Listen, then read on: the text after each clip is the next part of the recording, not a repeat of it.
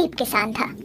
बचपन में ही उसे लकवा हो गया था, जिसकी वजह से वो थोड़ा लंगड़ा कर चलता था। लेकिन उसने कभी भी अपने काम में अपनी इस शारीरिक कमी को नहीं आने दिया। वो बहुत मेहनत और लगन के साथ अपने खेतों में काम किया करता। उसके परिवार में उसकी पत्नी और उसका बेटा थे, जिसने बहुत समय से ये जिद लगा रखी थी कि उसे भी अपने दोस्त के घर में बंधी हुई गाय जैसी गाय अपने घर में चाहिए। वो भी गाय का दूध पिएगा और घी खाएगा और ताकतवर हो जाएगा, बिल्कुल अपने दोस्त की तरह। ममता, इतने पैसे तो हो गए हैं कि मैं एक गाय खरीद लूं। क्या कहती हो? पास के गांव में मेला लगा हुआ है, वहाँ पर थोड़े सस्ते में गाय मिल जाएगी। अच्छा हो घर में गाय आ जाए, जितना दूध हम इस्तेमाल करेंगे वो हम कर लेंगे और उसके बाद बाकी के दूध को मैं बेचकर कुछ पैसे कमा लूंगी। ये लो भाई, यहाँ पर अभी गाय घर में नहीं आई और तुमने व्यापार करने की सोच ली। वाह, पहले मैं मेले में गाय देख लेता हूँ। अगर इस बजट में गाय मिल गई तो ले आऊंगा, वरना तो फिर 6 महीने और रुकना पड़ेगा। बाबा, मिल जाएगी गाय, देख लेना, मिल जाएगी। आप 6 महीने और मत बोलो, वैसे भी कितना समय हो गया है ना। ठीक है, मेरे को अगर गाय मिल गई और अच्छी लगी तो मैं खरीद लाऊंगा। फिर सुबोध लंगड़ाते हुए बस स्टॉप तक जाता है। वो वहाँ पर बस का इंतजार कर रहा था। तभी पड़ोस में रहने वाला उसका एक दोस्त उसे मिलता है। अरे सुबोध, तू कहाँ जा रहा है? पास के गांव में जा रहा हूँ, वहाँ पर आज जानवरों का मेला लगा है। मैं सोच रहा हूँ कि गाय अच्छी से मिल जाए तो खरीद लूं। अच्छा अच्छा, हाँ क्यों नहीं, जाओ जाओ। सुबोध उस गांव में पहुंचता है। चारों तरफ गाय भैंस खड़ी हुई थी। उसे एक सफेद रंग की गाय बड़ी अच्छी लगती है। वो उसके पास जाता है और उसके मालिक से उसका भाव पूछता है। देखो भाई, मैं अपनी गाय की जितनी खूबियां बताऊं उतनी कम है भाई। देखो, दूध बढ़िया देती है और सीधी सादी सी गाय है और कीमत भी ज्यादा नहीं, सिर्फ 50,000 है। 50,000 भाई साहब, आपने तो बहुत ज्यादा बता दिया। अरे कुछ कम कर लो ना प्लीज।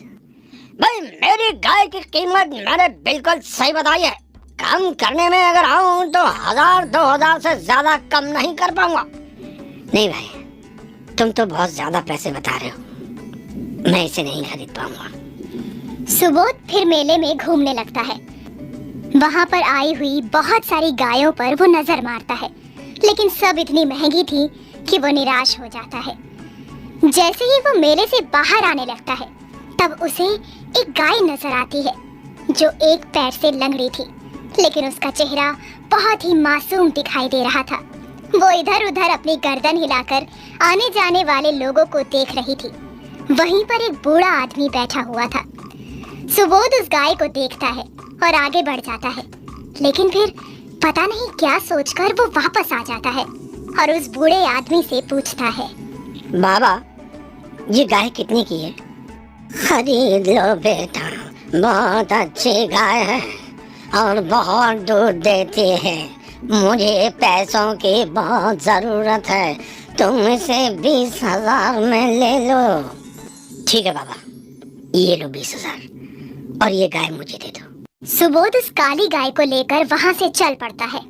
वो भी लंगड़ा रहा था और गाय भी लंगड़ा रही थी।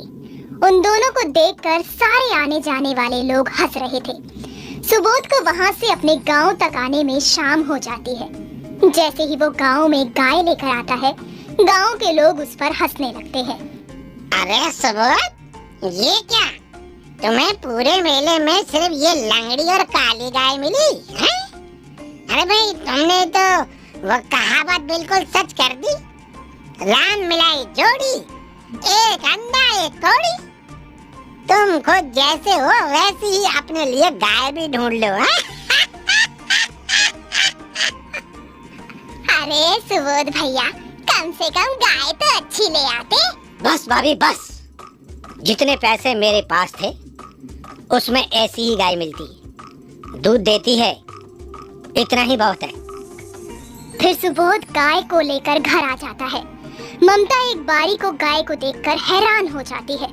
फिर सुबोध उसे बताता है कि मेले में बहुत महंगी महंगी गाय थी और वो मोहित का दिल नहीं तोड़ना चाहता, इसलिए उसे कम पैसों में यही मिली और वो उसे ले आया। ममता, अब तुम जल्दी से आरती की थाली लाओ और गाय की पूजा कर लो। ये तो आपने बहुत अच्छा किया। गाय होना जरूरी है। गाय कैसी दिखती है इसमें क्या फर्क पड़ता है। मैं अभी पूजा किए देती हूँ। हाँ, अभी मोहित भी खेल पर आने वाला है, बड़ा खुश होगा। ममता अंदर से पूजा की थाली ले आती है। तब तक मोहित भी आ जाता है और गाय को देखकर बहुत खुश होता है। उसका ध्यान तब तक गाय के पैर पर नहीं गया था। पूजा करने के बाद जब सुबोध गाय को बांधने लगता है, तब गाय को लंगड़ाता हुआ देखकर, बाबा, ये गाय तो बिल्कुल आपकी तरह चलती है। आपको मेले में और कोई गाय नहीं मिली क्या? एक बात बताओ मोहित, मैं लंगड़ा कर चलता हूँ, क्या तुम मुझे प्यार करते हो या नहीं? मैं आपसे बहुत प्यार करता हूँ बाबा।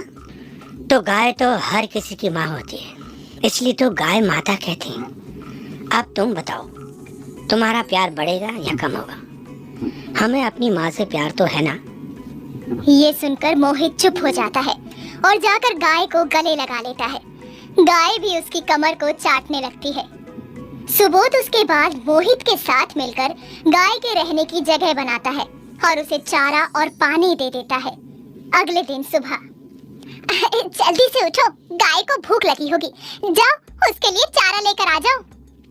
अरे हाँ, मैं तो भूल ही गया, घर में गाय है, इसलिए आँख भी नहीं खुली। ठीक है, मैं चारा लेकर आता हूँ।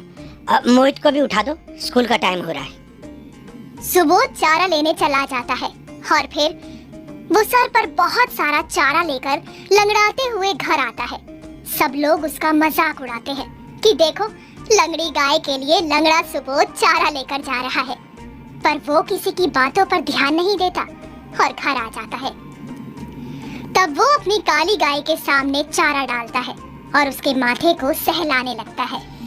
सब लोग मेरा और तुम्हारा मजाक उड़ा रहे हैं, कह रहे हैं कि देखो, खुद तो लंगड़ा था, लंगड़ी गाय भी ले आया, लेकिन कोई नहीं समझता कि तुम्हारे अंदर कितनी खूबियां होंगी। बस अब तुम घर आ गई हो तो मोहित खुश हो गया है। तभी ममता भी बाल्टी लेकर आ जाती है और कहती है कि मुझे गाय का दूध निकालना है। हाँ हाँ, जल्दी से दूध निकालो और पहले दूध गिलास भरकर भगवान के नाम का चढ़ा देना, ठीक है? सुबोध वही गाय के पास बैठ जाता है और ममता दूध निकालने लगती है। बाल्टी पूरी ऊपर तक भर गई थी, लेकिन अभी भी गाय दूध दे रही थी। ये देखकर ममता हैरान हो जाती है। वो दूसरी बाल्टी भी उठा लाती है, गाय उसे भी पूरी भर देती है।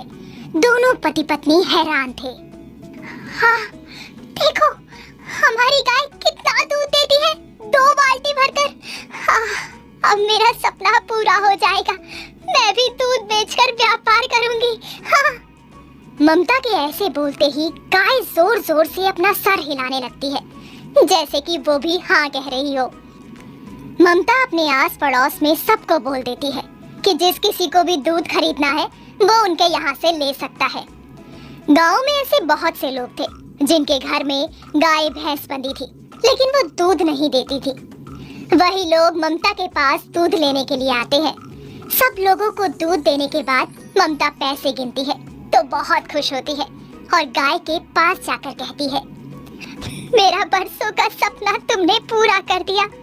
मैं बता नहीं सकती मैं कितनी खुश हूँ। ये पैसे तुम्हारे लिए भी हैं। हाँ, इनसे मैं तुम्हारे लिए सुंदर सी गले की माला लेकर आऊंगी और तुम्हारा नाम आज से सुरभि है।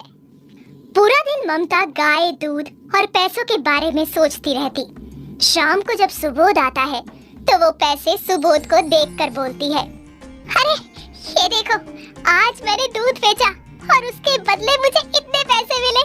सुरभि ने तो मेरा मन खुश कर दिया। हाँ? ये सुरभि कौन है? अरे हाँ, मैं तो तुम्हें बताना ही भूल गई। मैंने अपनी काली गाय का नाम सुरभि रखा है। आज शाम के दूध निकालने का समय हो गया है। हाँ, मैं दूध निकाल लूं, फिर तुम दोनों खूब सारा दूध पीना। सुबह तो गाय ने 2 बाल्टी दूध दिया था, और देखती हूँ क्या देती है। ममता जाकर बाल्टी लेकर गाय का दूध दोहने के लिए बैठ जाती है, लेकिन बहुत देर तक गाय दूध नहीं देती। तब वो उसकी कमर पर हाथ फेर कर कहती है, क्या हुआ सुरभि, क्या तुम नाराज हो? क्या तुम मुझे दूध नहीं दोगी? तभी सुरभि अपना मुंह खोलती है और वहां से एक सोने का सिक्का नीचे गिरता है, जिसे देखकर ममता हैरान हो जाती है। वो सोने के सिक्के को उठा लेती है।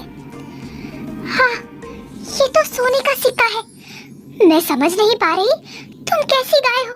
सुबह 2 बाल्टी दूध दिया, जबकि कोई गाय 2 बाल्टी दूध नहीं देती, और अब ये सोने का सिक्का।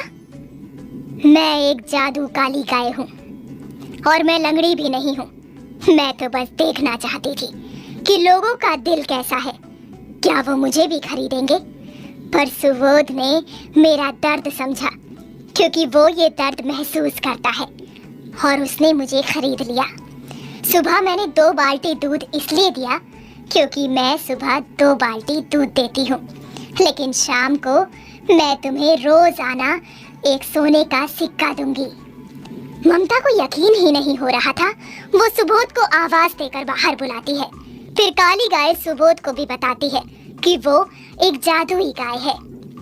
वो सर नीचा करके सुबोध के पैर को चाटने लगती है। इतनी ही देर में सुबोध का पैर बिल्कुल सही हो जाता है और वो कूद कूद कर देखने लगता है और फिर गाय को गले लगा लेता है। वो बहुत खुश था, अब वो लंगड़ा कर नहीं चलेगा। अगले दिन सुबह सुरभि फिर 2 बाल्टी दूध देती है। ममता और सुबोध वो सोने का सिक्का बेचकर घर की जरूरत का सामान खरीद लेते हैं। अब रोज सुबह सुरभि 2 बाल्टी दूध देती और शाम के समय वो एक सोने का सिक्का देती। सुबोध और ममता के हालात अब बिल्कुल विपरीत हो चुके थे। वो लोग धीरे धीरे अमीर हो जाते हैं, घर भी सुंदर सा बना लेते हैं और अपनी सुरभि गाय के रहने की जगह को भी वो बहुत सुंदर बना देते हैं। उनका बेटा मोहित बहुत खुश था। अब उसे दोनों टाइम दूध पीने के लिए मिलता था। जो लोग उनके घर से दूध लेकर जाते, उन लोगों के घर में गाय का दूध पीने से छोटी मोटी बीमारियां ऐसे ही ठीक हो जाती। अब सुबोध और उसका परिवार सुरभि गाय के साथ बहुत ही खुश था।